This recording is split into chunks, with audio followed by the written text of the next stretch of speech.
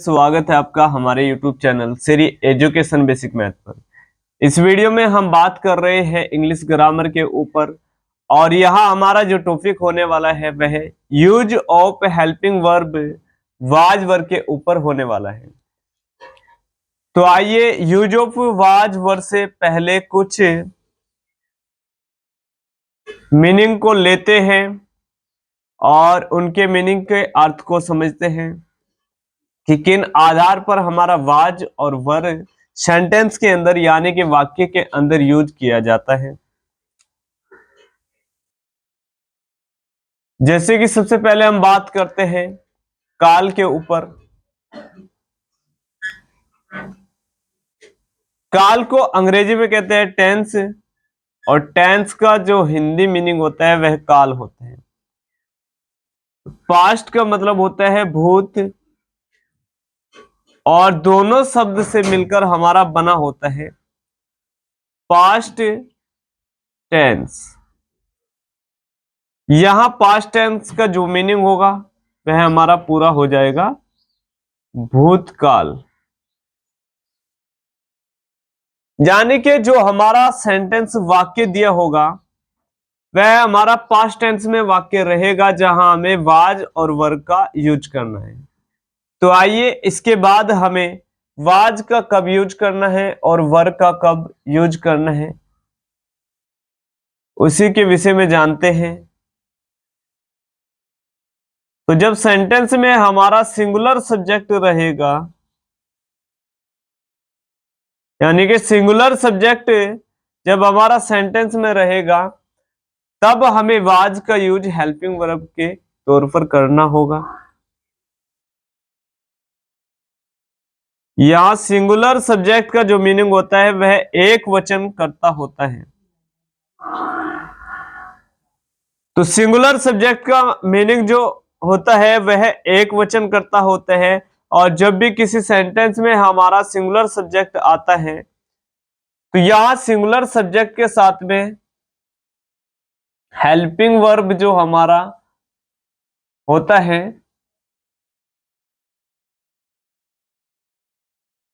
वह was use करना होता है।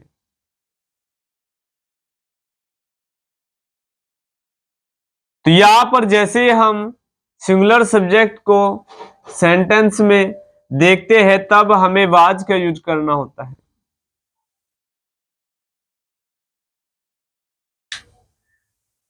तो आइए सबसे पहले हम वाज के ऊपर बात करते हैं सेंटेंस में लेकर।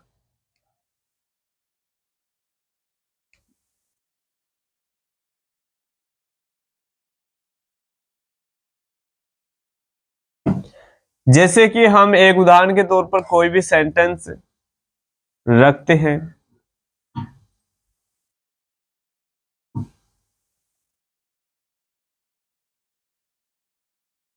जैसे कि माता जी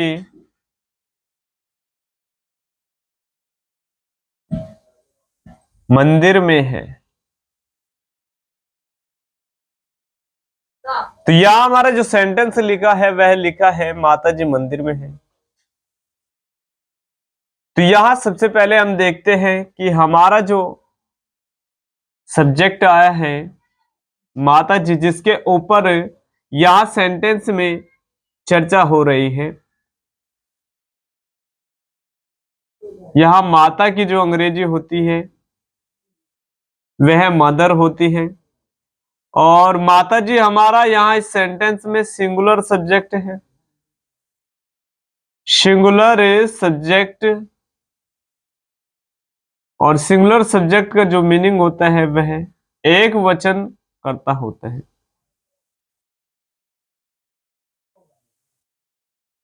और यहां हमारा सेंटेंस में जब एक वचन करता होता है तब हमें वाज का यूज करना होता है।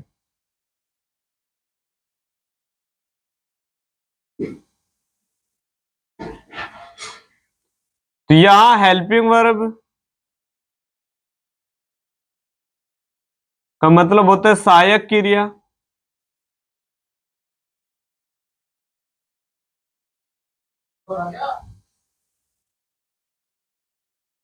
तो यहां सेंटेंस में वाज का यूज हमें करना होगा, और यहां वाज का मीनिंग था थी हमें दिया होता है, और कभी कभार सम्मान के लिए अंत में थे भी दिया होता है। लेकिन आप देखिए यहां पर हमारा जो सब्जेक्ट है, हमने सिंगुलर सब्जेक्ट तो ले लिया है, लेकिन हमारा जो अंत में हिंदी का जो शब्द लिखा है वो हमारे पास है लगा दिया गया है इस सेंटेंस में। तो केवल आपका सिंगुलर होने से आप वाज का यूज नहीं कर सकते किसी सेंटेंस में। हमने पहले भी वीडियो में अभी चर्चा किया, वाज तभी यूज कर पाएंगे जब हमारा टेंस पास्ट टेंस में दिया होगा। तो यहां पर माता जी मंदिर में है, यह हमारा प्रेजेंट में है, तो यहां पर आपको इसे ठीक कर देना होगा। क्योंकि हम बीती बात की बात यहां कर रहे हैं, जो हमारा समय बीत गया है उस विषय में हम बात कर रहे हैं कि माता जी मंदिर में थी, यानी कि वर्तमान में है नहीं लेकिन मंदिर में थी। कभी हमने माता जी को मंदिर में देखा था, इस विषय में हम चर्चा कर रहे हैं। और जो बीती बात होती है वह हमारी पास्ट टेंस के अंतर्गत आती है। पास्ट टेंस हमारा पूरा मिलकर के हो जाता है भूतकाल। और यहां जो हमारा सेंटेंस है माता जी मंदिर में थी, तो यह सेंटेंस हमारा एफर्मेटिव सेंटेंस है।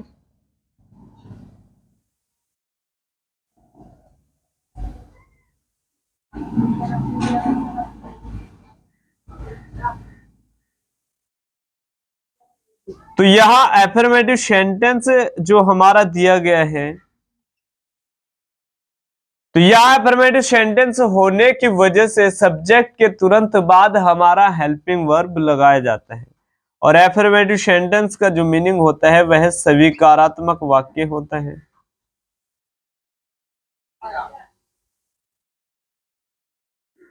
तो जैसे ही हम स्वीकारात्मक वाक्य में हेल्पिंग वर्ब का यूज करते हैं, तो यहां सब्जेक्ट के तुरंत बाद हमें यूज करना होता है। तो आइए सेंटेंस को बनाते हैं। यहां लिखेंगे द मदर, और यहां पर पास्ट में हमें सेंटेंस को दिया गया है, यानी कि बीती हुई बात हम इस सेंटेंस में कर रहे हैं कि माता जी मंदिर में थी। तो यहां पर लिखेंगे वाज, और यहां पर प्रीपोजिशन हमारा हो जाएगा इन द टेम्पल।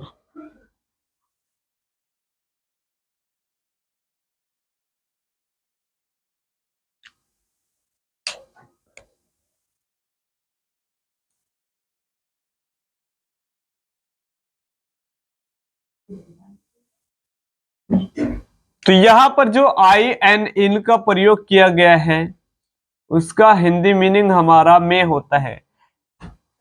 जब भी हम मैं के विषय में बात करेंगे तो हम इनका यूज करते हैं। आइए इस सेंटेंस का निगेटिव सेंटेंस देखते हैं। जैसे कि माता जी मंदिर में नहीं थी। तो माता जी मंदिर में नहीं थी,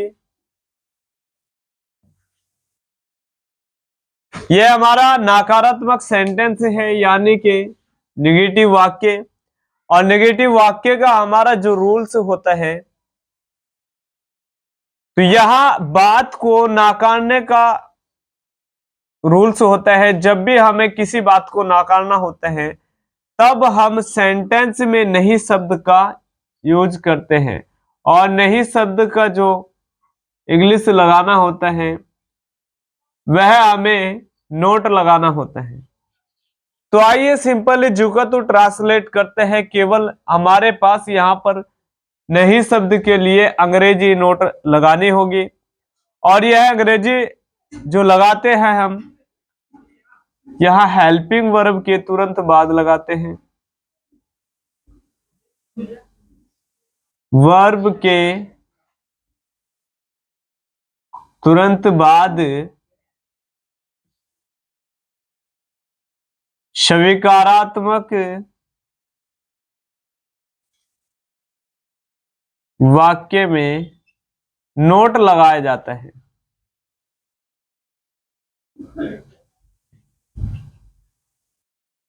तो यह हमारा जो ऐसे ही नेगेटिव सेंटेंस आता है तो हेल्पिंग वर्ब के तुरंत बाद स्वीकारात्मक वाक्य में नोट लगाया जाता है, यानी कि हमारा जो सेंटेंस है वह नेगेटिव सेंटेंस है।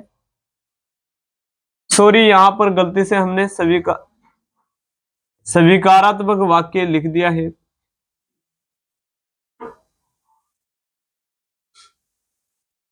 तो यहां पर हमारा नकारात्मक वाक्य जब होता है तो हमें हेल्पिंग वर्ब के बाद तुरंत नोट लगाना होता है। तो आइए सेंटेंस को बनाते हैं। द मदर वाज, और वाज हमारा सेंटेंस में हेल्पिंग वर्ब है, तो यहां वाज के बाद नोट लगाएंगे। Was note in the temple.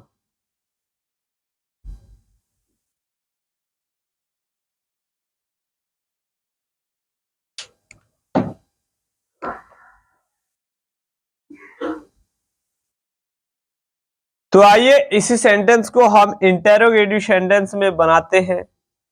तो यहां सबसे पहले इंटेरोगेटिव सेंटेंस में बनाने के लिए हमें वाक्य के प्रारंभ में यानी कि शुरुआत में क्या लगाना होगा हिंदी शब्द में। तो यहां लिखेंगे क्या माता जी मंदिर में थी। यहां जैसे हमारा इंटेरोगेटिव सेंटेंस आता है तो यहां इंटेरोगेटिव सेंटेंस में एक पर्सन पूछ लिया जाता है कि क्या माता जी मंदिर में थी, यानी कि सेंटेंस के प्रारंभ में जब भी हमारा क्या लगा होता है तो यहां क्या की कोई अंग्रेजी नहीं लगाई जाती, लेकिन सेंटेंस को इंटरगेटिव दिखाने के लिए किसी भी स्वीकारात्मक या नकारात्मक वाक्य के प्रारंभ में क्या लगा दिया जाता है। तो यहां पर इंटेरोगेटिव सेंटेंस का मतलब होता है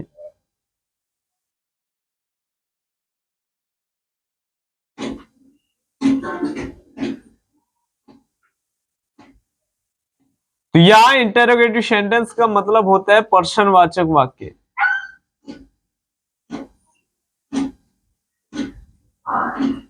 तो यहां जैसे ही हमारा प्रश्नवाचक वाक्य हो जाता है तो यहां नियम यह बन जाता है कि जो हेल्पिंग वर्ब हम सब्जेक्ट के बाद में यूज कर रहे थे अब वह हेल्पिंग वर्ब हमें वाक्य के प्रारंभ में यानी कि वाक्य के शुरू में लगाना होगा और बाकी वाक्य को जो का तो लिखना होगा, यानी कि सेंटेंस के जो हमारे जितने भी शब्द रहे हैं जितने भी लेटर हमने सेंटेंस के अंदर लिखे हैं उन्हें जो का तो लिखना होगा, लेकिन जो हमारा वाज है वह प्रारंभ में यानी कि शुरुआत में लिखा जाएगा।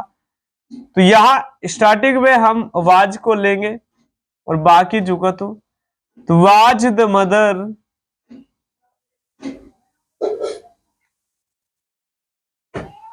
In the temple.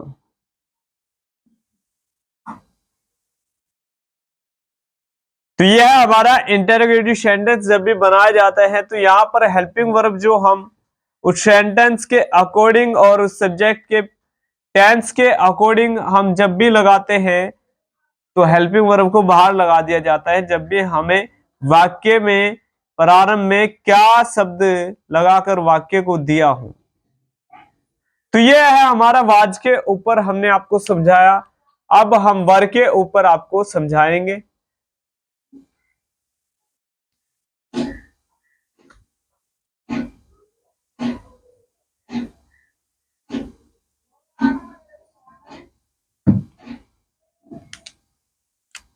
तो यहां पर लेंगे यूज ऑफ वर,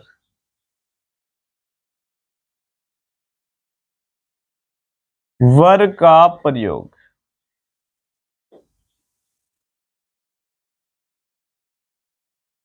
तो यहां वर का प्रयोग जब भी हम किसी सेंटेंस में करते हैं तो वह प्रत्येक सेंटेंस हमारा पास्ट टेंस में होना चाहिए। यानी कि पास्ट टेंस जब हमारा सेंटेंस दिया होगा, यानी कि वाक्य जब हमारा पास्ट टेंस में होगा यानी कि भूतकाल में, तब हम वर्ब का यूज कर सकते हैं हेल्पिंग वर्ब के तौर पर। तो यहाँ भूतकाल हमारा पास्ट टेंस का मीनिंग होता है।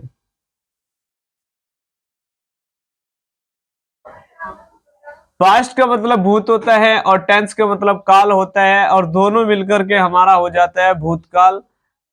तो जब हमारा जो वाक्य होगा वह भूतकाल में दिया होगा, यानी कि उसमें चर्चा की जाएगी किसी बीती बात पर, तो वहां हमें हेल्पिंग वर्ब का यूज करना होगा। लेकिन वर्ब का यूज कैसे सेंटेंस में करेंगे, कब करेंगे, आइए इस विषय में जानते हैं। तो यहां पर जैसे हमने सिंगुलर लिया था तो हमने वाज का यूज किया था, लेकिन यहां पर जैसे ही हमारा सेंटेंस प्लूरल आ जाता है तो हमें हेल्पिंग वर्ब वर का यूज करना होता है। यहां पर प्लूरल सब्जेक्ट हमारे पास होता है बहुवचन करता। तो यह सब्जेक्ट का मतलब करता होता है, प्लूरल का मतलब बहुवचन होता है।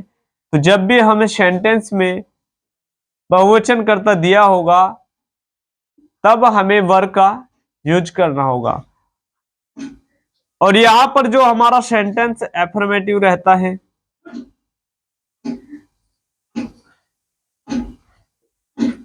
एफर्मेटिव सेंटेंस,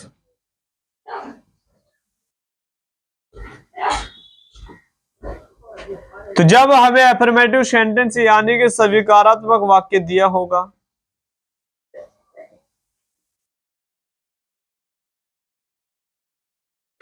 अब एफर्मेटिव सेंटेंस को देखने से हमें फायदा क्या मिलता है।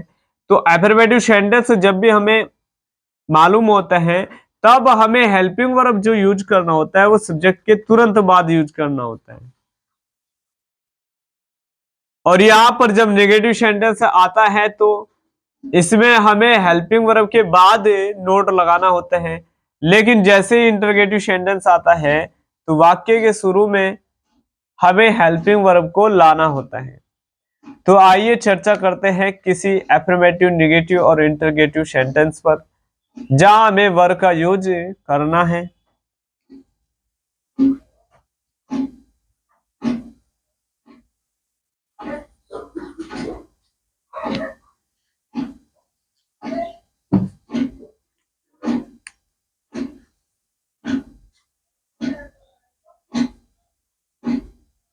तो यहां लिखेंगे खिलाड़ी मैदान में थे। तो यहां कंफर्म नहीं है कि यहां जो वर्ब का यूज किया जाता है वो हमारा थे के रूप में होता है। यहां जो वर्ब का यूज किया जाता है वो सिंगुलर सब्जेक्ट और प्लूरल में से सब्जेक्ट को देखने के बाद किया जाता है। अगर हमारा सम्मान के लिए यहां सिंगुलर सब्जेक्ट होता तो हमें वाज का यूज करना होता, लेकिन हमारा यहाँ पर प्लूरल सब्जेक्ट जब भी दिया होगा तो हमें वर का यूज करना होगा। जैसे हमारा सेंटेंस लिया गया है कि खिलाड़ी मैदान में थे, यानी कि एक से अधिक खिलाड़ी मैदान में होने की इस सेंटेंस में बात की जा रही है। तो यहाँ पर सबसे पहले हमें खिलाड़ी की लिखनी होगी। तो खिलाड़ी की जो हमारे पास मीनिंग होती है वह प्लेयर्स होती है। तो यहां सबसे पहले हमें सेंटेंस में लिखना होगा प्लेयर्स, द प्लेयर्स,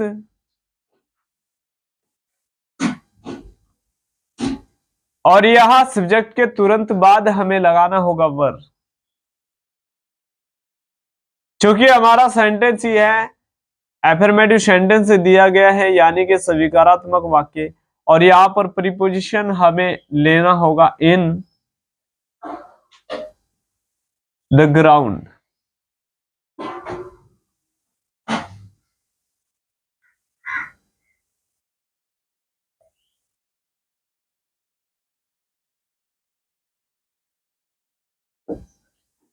तो यहां पर जो ग्राउंड हमने मीनिंग लिखा है वह मैदान की अंग्रेजी होती है।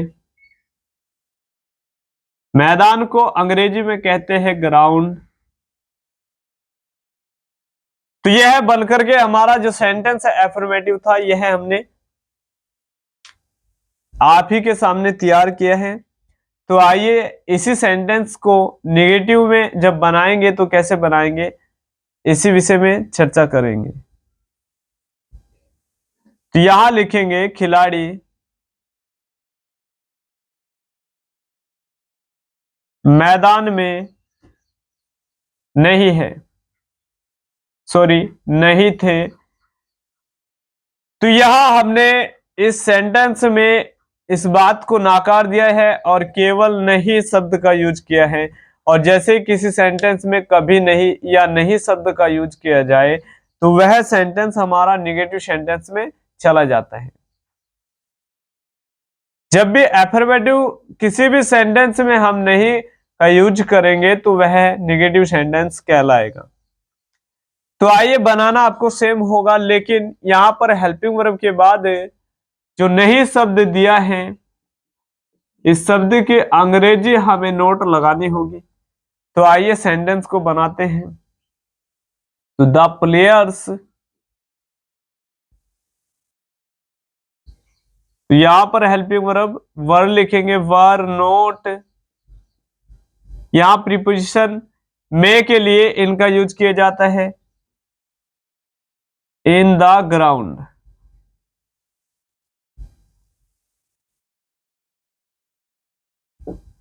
तो यह हमारा जो नेगेटिव सेंटेंस था यह आपके सामने हमने बना करके दिखाया।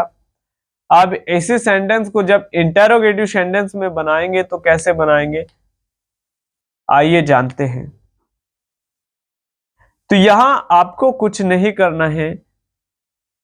यहां पर एक सेंटेंस हमारा स्वीकारात्मक वाक्य यानी कि एफर्मेटिव लिखा है और एक नेगेटिव। आपको दोनों सेंटेंस में से आपकी मर्जी है कोई से भी एक सेंटेंस में शुरुआत में सेंटेंस के क्या लगाना है। तो यहां प्रारंभ में जैसे ही हम क्या लगाएंगे और जुगत उस सेंटेंस को लिख देंगे तो हमारा सेंटेंस यह इंटेरोगेटिव सेंटेंस बन जाएगा। यानी कि नकारात्मक के जब भी प्रारंभ में हम क्या लगाते हैं तब भी हमारा प्रश्नवाचक वाक्य बन जाता है, और जब हम एफर्मेटिव यानी कि स्वीकारात्मक वाक्य के प्रारंभ में शुरू में क्या लगाते हैं तब भी हमारा प्रश्नवाचक वाक्य बन जाता है। तो आपको प्रश्नवाचक वाक्य बनाने के लिए प्रारंभ में क्या का यूज करना होगा। तो क्या खिलाड़ी मैदान में थे, मैदान में थे। और यहां जैसे ही आप किसी भी सेंटेंस के प्रारंभ में क्या लगाते हैं तो अंत में आपको प्रश्नवाचक चिन्ह लगाना होगा।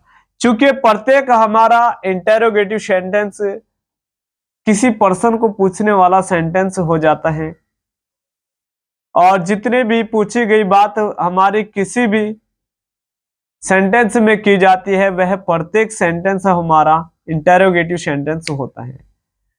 तो आपको जब भी इंटरोगेटिव सेंटेंस बनाना होगा और शुरू में क्या लगा करके वाक्य को लिखना होगा, और यहां जैसे ही क्या आप वाक्य की शुरुआत में लगाते हो तो यहां क्या की कोई अंग्रेजी नहीं लगाई जाती है। ओनली आपका जो हेल्पिंग वर्ब यहां पर सेंटेंस में यूज किया गया है उसे केवल बाहर लिखना होता है। तो यहाँ वर जैसे हम प्लूरल सब्जेक्ट के आधार पर यूज कर रहे थे तो वर को हम वाक्य के शुरुआत में लिखेंगे, यानी कि सेंटेंस के स्टार्टिंग में हम वर को लगाएंगे। तो यहाँ बाकी वाक्य को जुगा तो लिख दिया जाएगा, तो वर द प्लेयर्स, और यहां पर प्रीपोजिशन हम लगाएंगे इन द ग्राउंड।